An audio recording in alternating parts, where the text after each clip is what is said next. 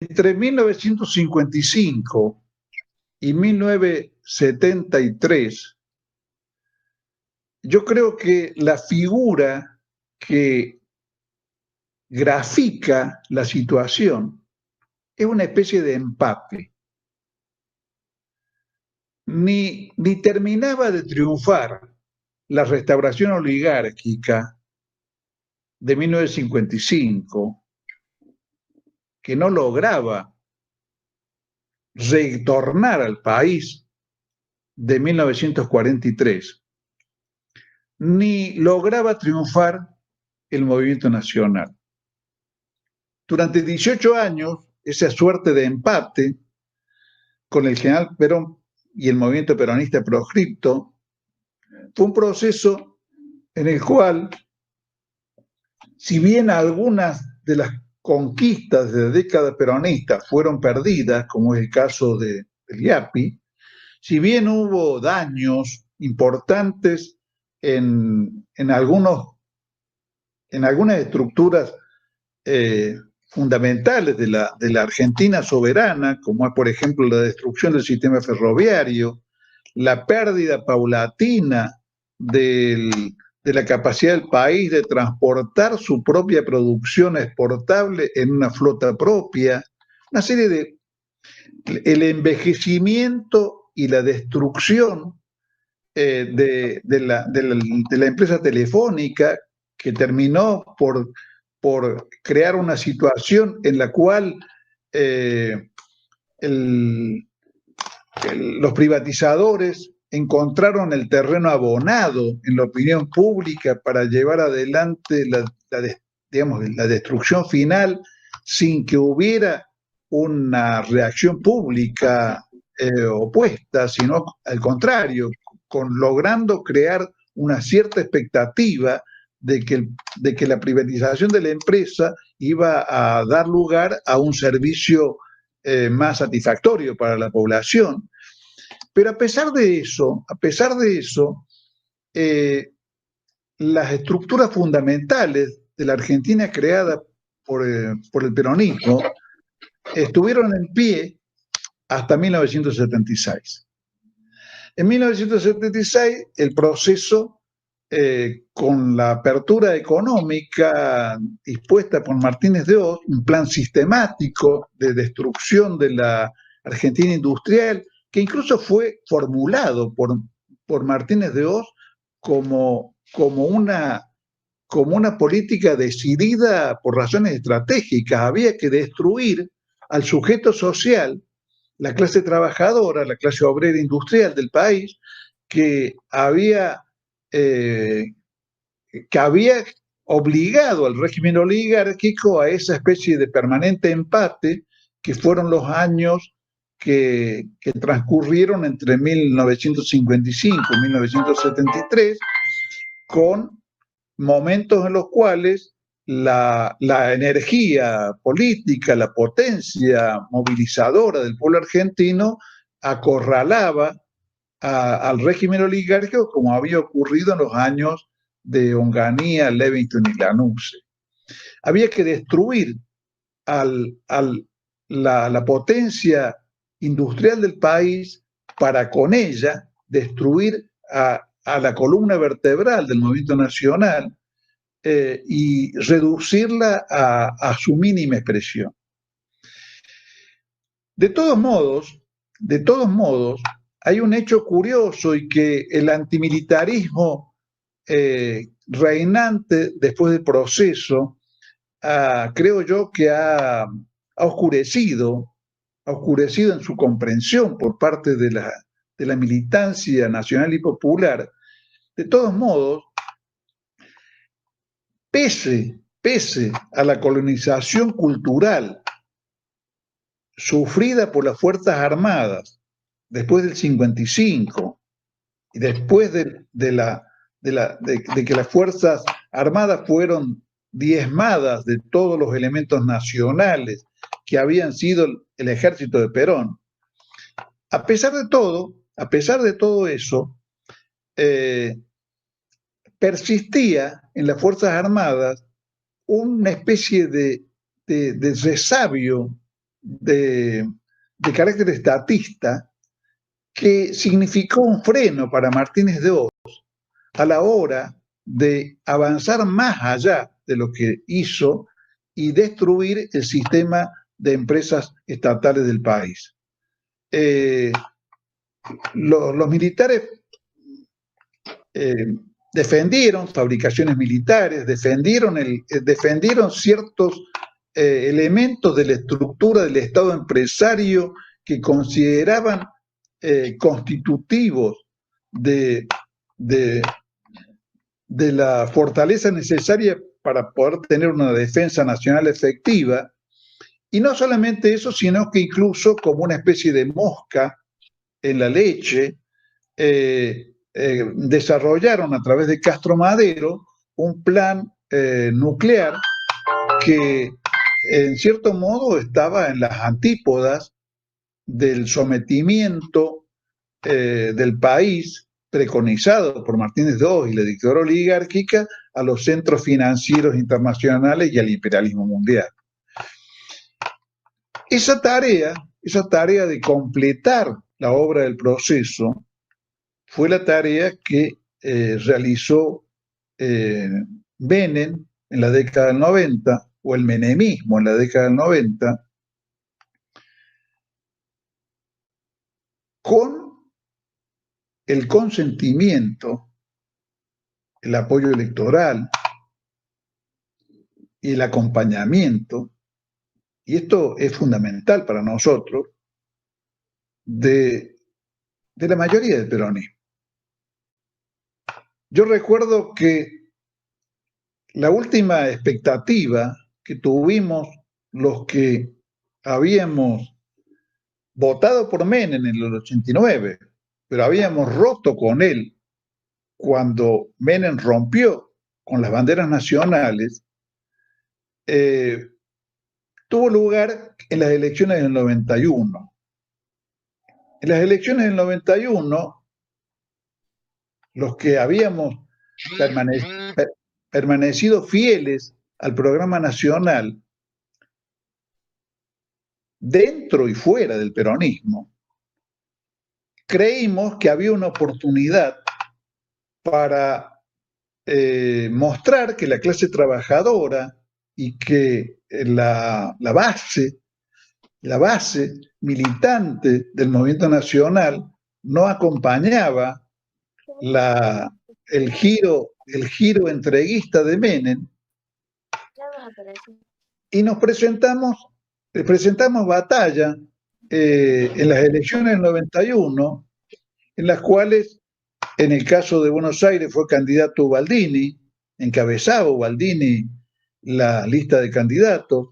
En la provincia de Córdoba era nuestra máxima candidata una compañera, una dirigente del gremio petrolero.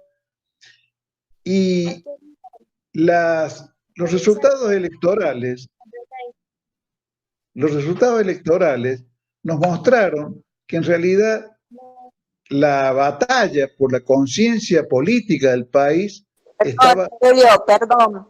Que cierren todos los micrófonos los compañeros porque hay interferencia de palabras, eso, disculpa, por favor. Más vinculados. Si pueden cerrar todos los micrófonos. Gracias. Bien. Porque en esas elecciones del año 91... El micrófono abierto, por favor, ¿lo puedes cerrar? En esas elecciones del año 91 no obtuvimos más que el 1% de los votos. Eso creo que tiene que ser apreciado cuando hacemos un balance de la experiencia del movimiento nacional, porque muestra la profundidad de la derrota política, cultural que representaron los 90.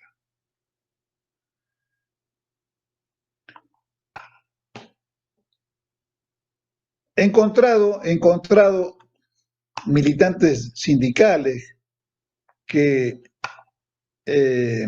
señalaban el hecho de que para toda una generación para toda una generación de militantes sindicales, el peronismo, los que tenían 20 y pico años, estaban en la franja entre 20 y 30 años en la década del 90, el peronismo fue Menem. Esa fue una experiencia que les quedó incorporada para siempre. Por supuesto, después de eso vino la alianza, después vino la crisis del 2001 y apareció en el 2003 el gobierno de Néstor, restableciendo el valor de la política, como se ha dicho muchas veces, y además abriendo nuevamente las expectativas de la militancia nacional y popular, o de la militancia popular, creando una especie de nuevo punto de partida para que pudiéramos pensar en restablecer la autonomía del país y los principios generales del movimiento nacional. En un cuadro, además, muy alentador, que era el cuadro latinoamericano, caracterizado o sintetizado por las figuras del comandante Chávez, de Lula, del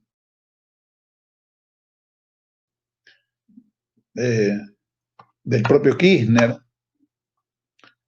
de Fidel incorporado también a ese espectro, de Correa, de Evo Morales, y por un tiempo el país vivió, o la militancia juvenil vivió bajo la sugestión de que habíamos atravesado el río y habíamos llegado a la otra orilla.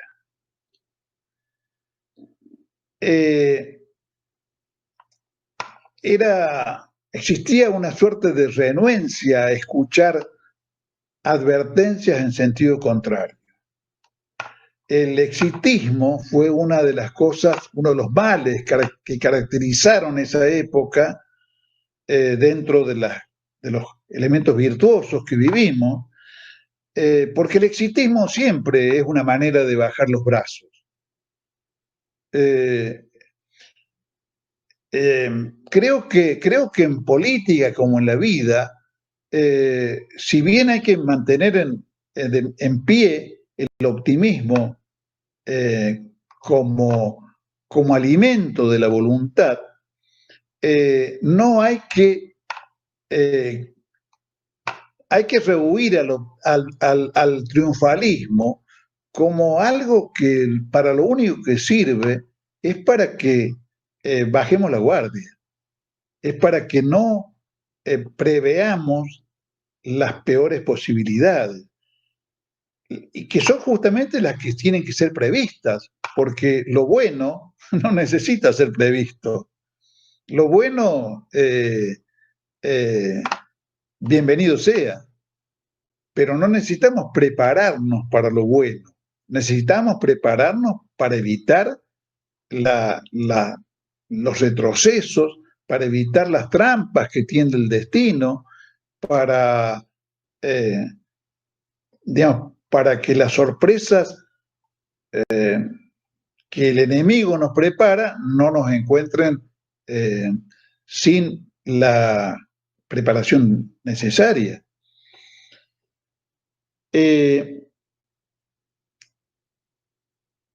Creo que la situación que enfrentamos es muy compleja,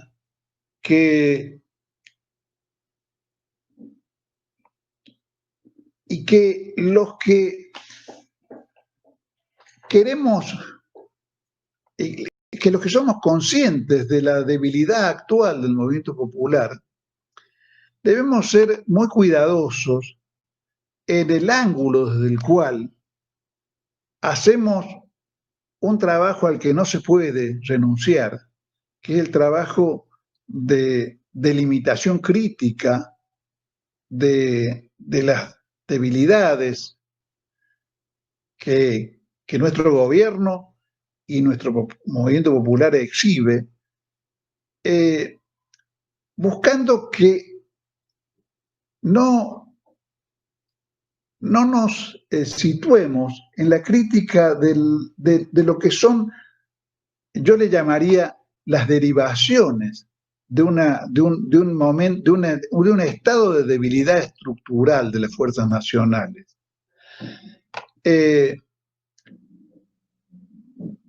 Hace muy poco, en un grupo de Facebook que armamos nosotros, que se llama Autoconvocados por la Rescate y la Argentinación de Vicentín, cuando Alberto Fernández lanzó la frase me equivoqué con Vicentín, varias docenas de compañeros de nuestro campo le saltaron al cuello, incluso interpretando mal la situación, como que el presidente había tirado la toalla, reclamándole además una especie de energía que en realidad no había razones para pensar que el problema pasara por la energía o por la determinación, porque lo que había ocurrido no era solamente la manifestación de la oposición en las calles, o digamos, haciendo la defensa de los Vicentín Boys, sino la expresión que quizás fue una sorpresa para el presidente, de que no estaban dispuestos a acompañar en el Parlamento una medida de ese tipo, ni los diputados de La Baña, ni los legisladores de Córdoba, que responden a Schiaretti, e inclusive, bueno, y el conjunto del peronismo federal.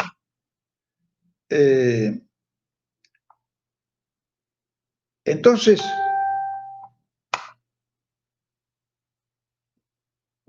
y por otra parte estaba la manifestación clara del juez poniendo freno a la intervención de la empresa. Situación que en este momento puede haber empezado a variar, pero que en ese momento era absolutamente una valla sobre la cual el gobierno, salvo que estuviera dispuesto, no sé cómo, a pasar por encima de la legitimidad jurídica, y bueno, era una pared.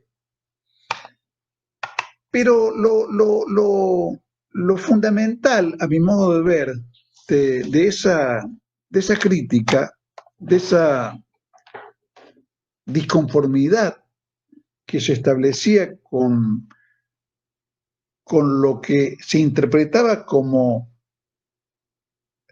debilidad del gobierno, como una especie de exceso de moderación, como falta de decisión de marchar contra el enemigo. Lo fundamental, a mi modo de ver, era depositar en el poder una tarea de fortalecimiento de las fuerzas nacionales que en realidad nos corresponde a nosotros.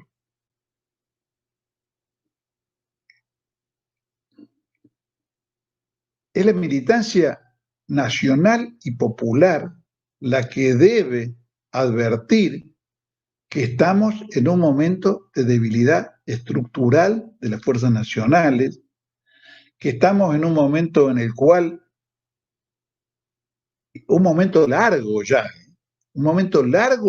en el cual las fuerzas nacionales perdieron la capacidad o la condición, mejor dicho, de ser electoralmente invencibles. Una de las fortalezas históricas del peronismo, de Perón,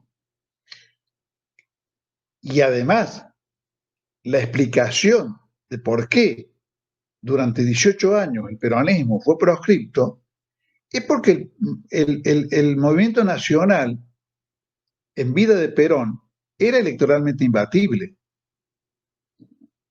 Perón ganó las elecciones del 73 con el 62% de los votos.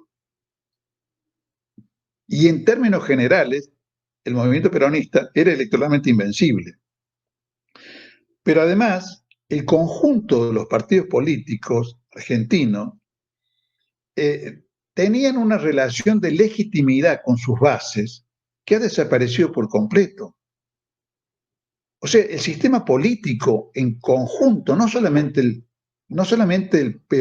Partido Justicialista o el peronismo, digamos, ha visto deteriorarse su relación con su base social. El radicalismo también. Hay una propensión que creo que debemos combatir en los cuadros de la militancia política a ignorar la profundidad del significado del grito famoso de la crisis del 2001, que se vayan todos. Esa situación muestra que en algún momento nuestro sistema político colapsó. La relación de los partidos que fueron populares y que de alguna manera no han terminado de dejar de ser populares, pero que fueron populares y tuvieron una adhesión firme y en algunos casos fervorosas del pueblo argentino, en algún momento ese vínculo se destruyó y apareció lo que se llama la crisis de la representación, que está condensado en la expresión que se vayan todos, en el rechazo y el asco que tenía, que creo que los compañeros que lo hayan vivido recordarán fielmente, que tenía la sociedad argentina por su sistema partidario en los últimos años de la década del 90, en los prolegómenos de la crisis. En las elecciones de marzo del 2001, el voto en blanco e impugnado fue mayoritario. En Córdoba alcanzó niveles del 40 y pico %. Mostraba que el rechazo popular al sistema de partidos, la sensación de que el sistema partidario estaba corrompido y completamente distanciado de las aspiraciones del pueblo argentino, era masiva. Y en cierto modo, no era juzgar eso, como se ha intentado a veces hacer, como fruto de la campaña antipolítica de los medios, es muy superficial, porque omite tener en cuenta que desde el 83 hasta el 2001, o sea, durante 18 años, los partidos mayoritarios del país se olvidaron de sus electores y siguieron a pie juntillas las indicaciones del Fondo Monetario Internacional y de los centros financieros globales, hundiendo a la Argentina en una crisis cada vez mayor, con algunos intervalos donde las cosas se disimulaban, como los primeros años de la convertibilidad, donde se creaba una situación de estabilidad precaria basada en ese gran engaño que fue el 1 a 1, mientras la situación se deterioraba estructuralmente y se condensaban los elementos de crisis que iban a explotar finalmente en el 2001. Mientras la industria se destruía, más aún de lo que había ocurrido ya con el proceso, la clase trabajadora era más diezmada todavía, proliferaban los oficios cuentapropistas de búsqueda de autoexplotación de sectores enteros de la sociedad argentina, la economía seguía concentrándose en pocas manos, y se deterioraban los niveles de vida del conjunto de la población. Entonces, esas condiciones, esa especie de darle la espalda a las necesidades de sus propias bases sociales por parte de los grandes partidos, fue lo que generó, por un lado, la crisis del 2001, y con esa crisis, su manifestación, que fue una crisis estructural, su manifestación en la superficie, o sea, en el ámbito de la política, como repudio del sistema partidario. Esa crisis no se ha resuelto. Como no se ha resuelto, como no se ha recompuesto la relación orgánica de las clases populares con un sistema político movimentista o partidario, vivimos estas situaciones digamos, en algunos casos felizmente resueltas, de armados precarios, electorales precarios, como fue la constitución feliz del Frente de Todos en las vísperas de las elecciones del 2015, permitiéndonos que lográramos vencer a Macri. Pero el sistema de acumulación de fuerzas populares sigue siendo estructuralmente muy débil, sigue careciendo de una centralización eficaz. La clase trabajadora y el movimiento obrero han sido apartados de una manera impiadosa y, por lo menos con relación al movimiento peronista, definitiva de la participación en la conducción del movimiento. Los que tenemos más de 60 años, sabemos que durante mucho tiempo la presencia del movimiento obrero, de los dirigentes sindicales en la estructura de conducción del movimiento peronista, era el pan nuestro de todos los días.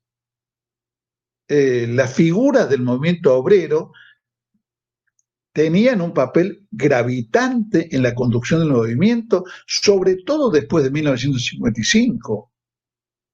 Hubo elecciones como las elecciones del 65, cuando fue Framini candidato a gobernador de la provincia de Buenos Aires, donde las figuras del movimiento obrero ocupaban la primera plana del sistema de candidaturas del peronismo.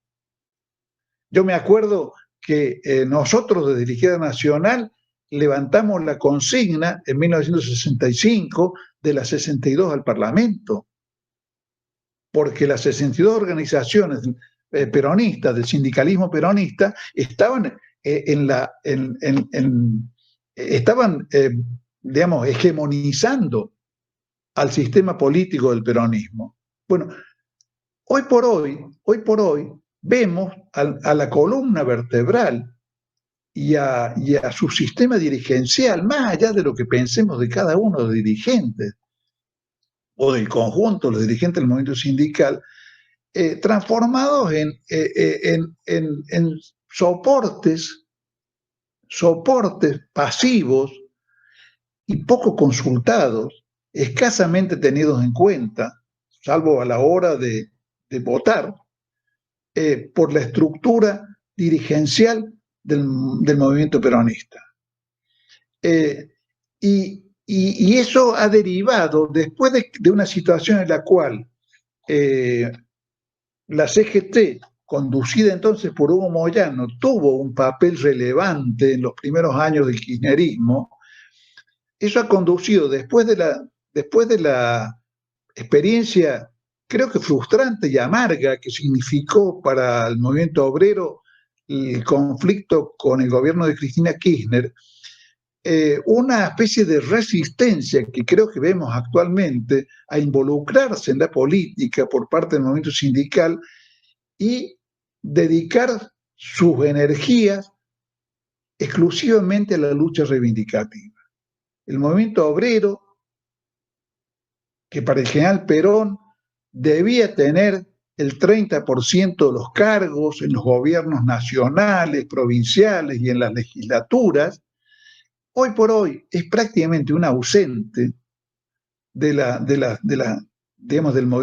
la conducción del movimiento nacional, prácticamente un ausente, y está en un rincón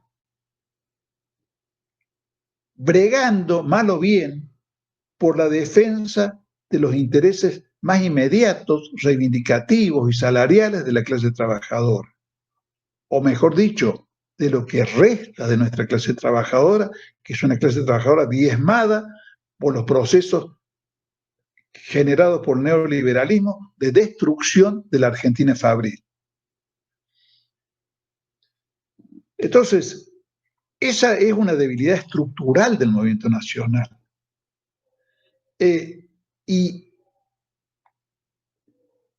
es uno de los grandes problemas que tenemos que enfrentar de algún modo. O mejor dicho, antes que enfrentarlos, sobre los cuales tenemos que reflexionar. Como tenemos que reflexionar, y con esto voy a ir cerrando para que hagamos un debate, como tenemos que reflexionar sobre nuestras relaciones con este gobierno que tenemos y sus precariedades. Nosotros creo que hay una cosa que no podemos dejar de tener en cuenta, y es que tenemos la obligación absoluta de sostener a este gobierno contra los enemigos del país. Hasta ahora, y por lo menos mientras no logremos reconstruir desde la base el movimiento nacional, la fórmula que creo que tiene que estar clara en nuestra conciencia es que si hubiera un después de Alberto Fernández, en ese después no viene Fidel Castro, viene Macri. No hay otra posibilidad construida a la vista. No hemos construido algo mejor, con lo cual podamos sustituir a este gobierno precario, débil y a veces zigzagueante.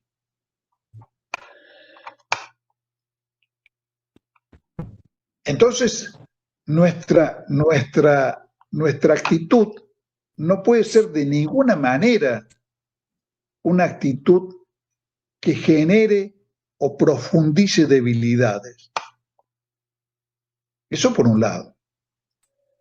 Pero a su vez, al mismo tiempo, no podemos dejar de advertir que esas debilidades son debilidades que vienen de larga data, que ya se expresaban como contradicciones internas en los años que van desde el 73 al 76, donde sabemos, los que somos viejos ya, que las tendencias del peronismo se agarraron a balazos y destruyeron en 3 años el capital político con el cual se había llegado al poder, y que creo que estaba resumido y simbolizado en que cuando el general Perón vuelve al país en el año 73, van o tratan de ir, mejor dicho, a recibirlo a Ezeiza entre 2 y 3 millones de argentinos. Jamás, jamás el país ha visto una movilización semejante a esa, que era expresión de una gigantesca acumulación de fuerzas populares que había tenido lugar en el proceso cuya culminación sabemos que fue el Cordobazo. Bueno, esa gigantesca acumulación de fuerzas populares fue aniquilada en 3 años por las rencillas internas del peronismo. Y compañeros y compañeras, hay una gran resistencia a analizar con objetividad qué es lo que pasó en esos años. Todavía en la militancia popular tomada en un sentido más amplio de la palabra, hace no menos de una semana leía las declaraciones de un ex ERPio, un ex ERP, diciendo de lo único que tenemos que arrepentirnos es de no haber triunfado. O sea, un grado de necedad absoluto, que sabemos que también se verifica no solamente en el ERP, sino en lo que fueron las organizaciones armadas del campo nacional. Tenemos que